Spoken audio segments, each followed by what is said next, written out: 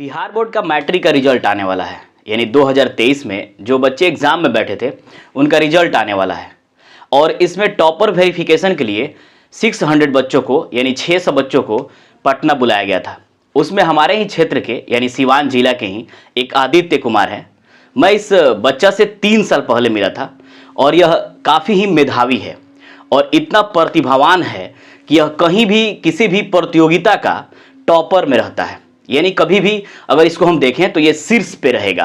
By the way कभी second position, third position ये आ जाता है, लेकिन अगर आप इसके बारे में जानते हैं या लड़का का नाम सुने होंगे तो ज़रूर आप उसको समझ पा रहे होंगे कि आखिर में वो कितना प्रतिभाशाली बच्चा है। क्योंकि जहाँ भी प्रतियोगिता हो, जहाँ भी कुछ कंपटीशन हो, उसमें टॉपर में शीर्ष पे रहे। ये काफ़ी ही मेहनती है, बहुत ही जज्बा और जुनूनियत से भरा हुआ है और यह आईएएस बनने का सपना देखता है। और मैं इस वीडियो के माध्यम से उसको आशीर्वाद और स्नेह देना चाहूँगा कि वह भविष्य में आईएएस जरूर बनेगा। हम उससे कुछ खास बातचीत करेंगे क्योंकि टॉपर के लिस्ट में बिहार बोर्ड ने आदित्य को भी बुलाया था और हो सकता है कि इस बार सिवान जिला टॉपर के लिस्ट में रहे और सिवान में उसका कुछ स्थान रहे। यानी आदित्य का कुछ स्थान सिवान में रहे और सिवान जिला का स्थान पूरे बिहार में रहे। तो हम आदित्य से कुछ खास बातचीत करेंगे और कुछ प्रश्न उनसे पूछेंगे और जानेंगे कि आखिर में टॉपर होने का क्या प्रोसेस है, कैसे हम तैयारी कर सकते हैं और साथ में कैसे प्रश्नों से हमको जूझना पड़ता है और बिहार बोर्ड का ये क्या प्रोसेस है। तो आइए हम चलते हैं आदित्य के पास। टॉपर का प्रोसेस क्या है आदित्य, मतलब कि कैसे हम जान सकते हैं कि बिहार बोर्ड में हम टॉपर अगर आते हैं तो वहाँ पे क्या प्रोसेस होता है और हम वहाँ जाते हैं तो क्या करते हैं और हम टॉपर आएंगे तो हमारा नाम टॉप 10 में कैसे आता है, आपको कैसे पता चला? ये सबसे पहले कैसे पता चला?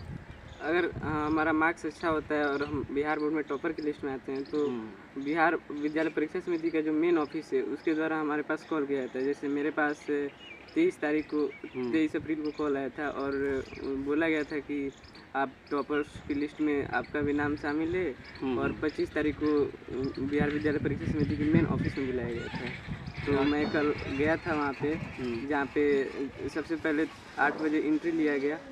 फिर और कितने बच्चे गए थे पूरे बिहार बोर्ड से?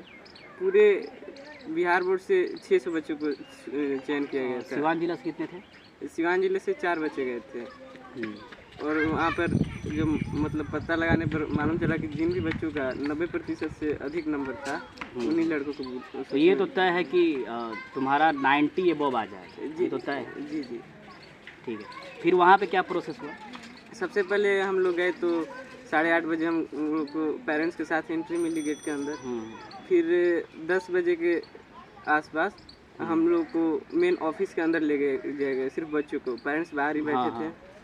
और वहाँ पे हम लोग का आधार कार्ड और एडमिट कार्ड के मिलाकर वेरिफिकेशन किया गया। फिर एक रूम में सभी लड़कों को बैठाया गया। उसके बाद से बारी बारी से 5-5 लड़कों के ग्रुप में नीचे बुलाया जा रहा था, जहाँ पर उन लोग का सबसे पहले इंट्रोडक्शन देते हुए वीडियो बनाया जा रहा था। उसके बाद से अंदर सभी शिक्षक हर अलग अलग सब्जेक्ट के अलग अलग शिक्षक बैठे थे जो पर्सनली बच्चों का अलग अलग सब्जेक्ट से सवाल इंटरव्यू ले रहे थे। ठीक है। तो वहाँ कितना क्वेश्चन पूछा गया होगा लगभग? हर सब्जेक्ट से मिनिमम 5 क्वेश्चन। ठीक है, मैं यहाँ भी कुछ क्वेश्चन पूछूंगा प्रत्येक सब्जेक्ट से और मेरे प्रश्न का लेवल कुछ हाई होगा, उसको जवाब देना होगा। बाद में हम आपका अगर बिहार बोर्ड में आ जाता है तो बाद में हम फिर आपसे मिलेंगे और बात करेंगे कि आपका कितना % होता है। ये तो तय है कि आपका 90% आएगा यहाँ। जी सर। क्योंकि जिनका 90% आया है उन्हीं को बुलाया गया है। जिनका 90 आया है पूरा बिहार बोर्ड में, तो 90 से अबव वाले बच्चों को ही बुलाया गया है।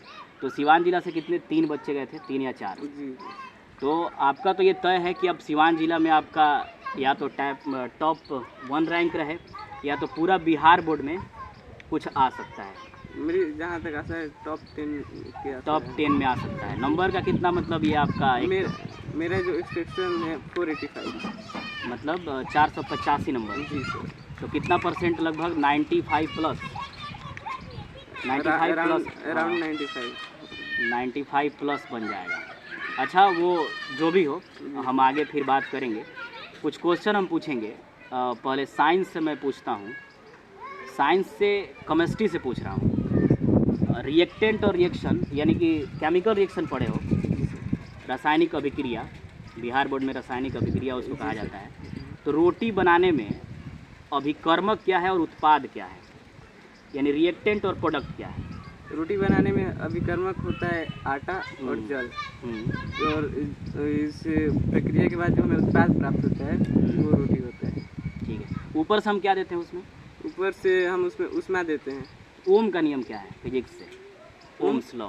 ओम का नियम हमको बताता है कि किसी चालक में के दोनों सिरों के बीच का जो विभवांतर होता है उस चालक में प्रवाहित हो रही धारा के अनुक्रमणपाती होता है।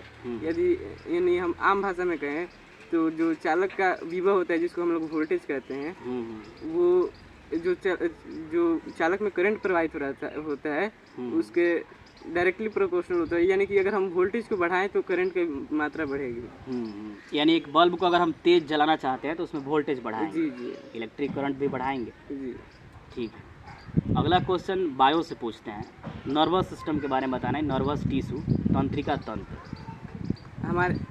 हमारे शरीर में जितनी भी क्रियाएं होती है वो मस्तिष्क द्वारा संचालित की जाती हैं। मस्तिष्क के निर्देशों पर ही सारी कोशिकाएं अपना कार्य को करती हैं। और तो मस्तिष्क जो भी निर्देश देता है वो तंत्रिका ऊतक के द्वारा ही शरीर के विभिन्न भागों तक पहुंचती है। तंत्रिका ऊतक ही शरीर की सारे अंगों को मस्तिष्क से तथा मस्तिष्क को शरीर के सारे अंगों से जोड़ती है।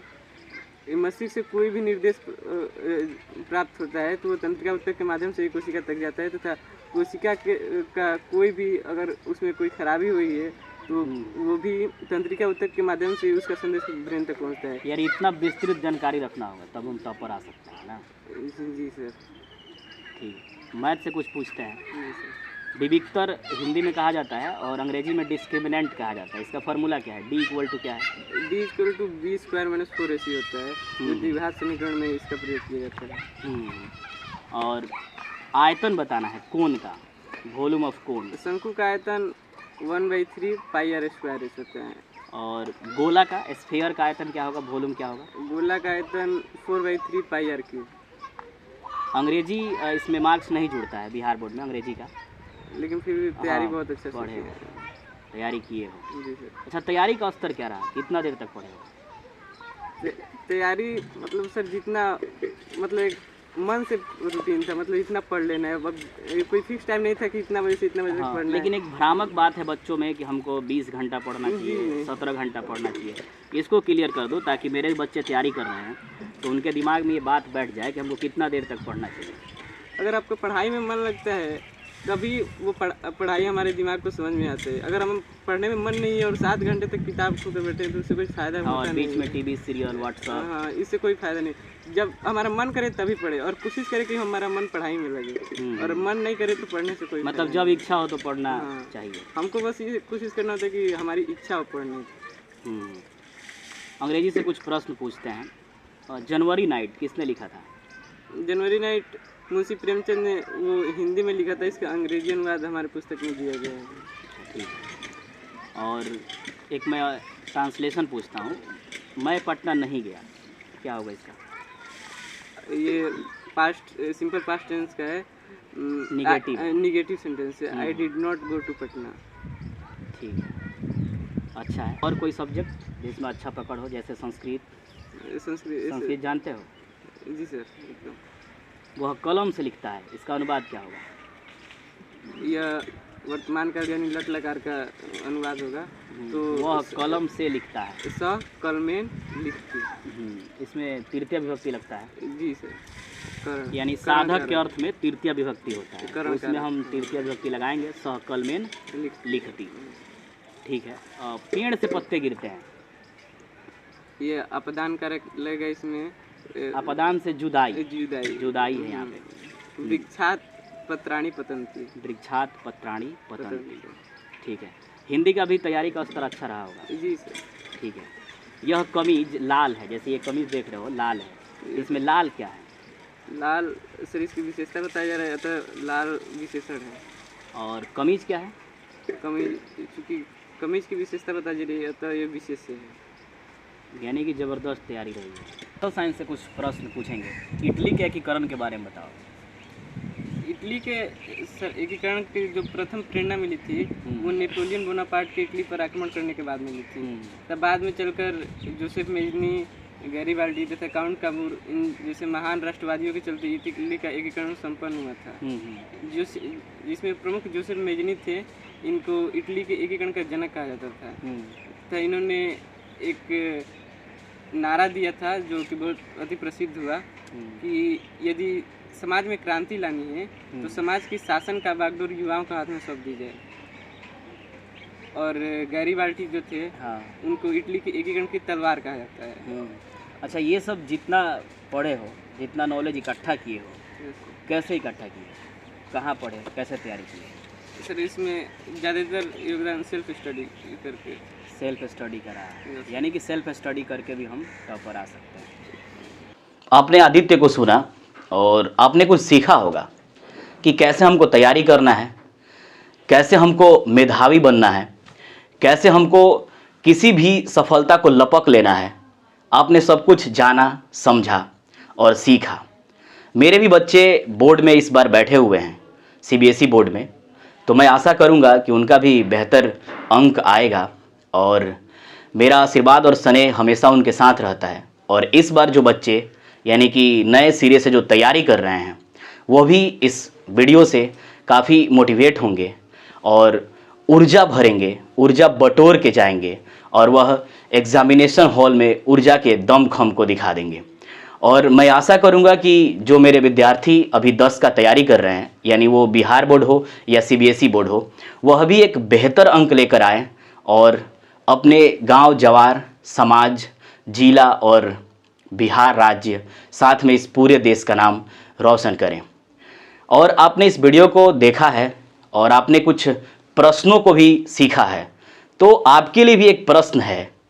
प्रश्न गणित से होगा, यानी मैथमेटिक्स के एक प्रश्न होंगे और प्रश्न ये है कि 22/7 यानी 22/7 और पाई, इन दोनों में रेशनल कौन है और इरेशनल कौन है?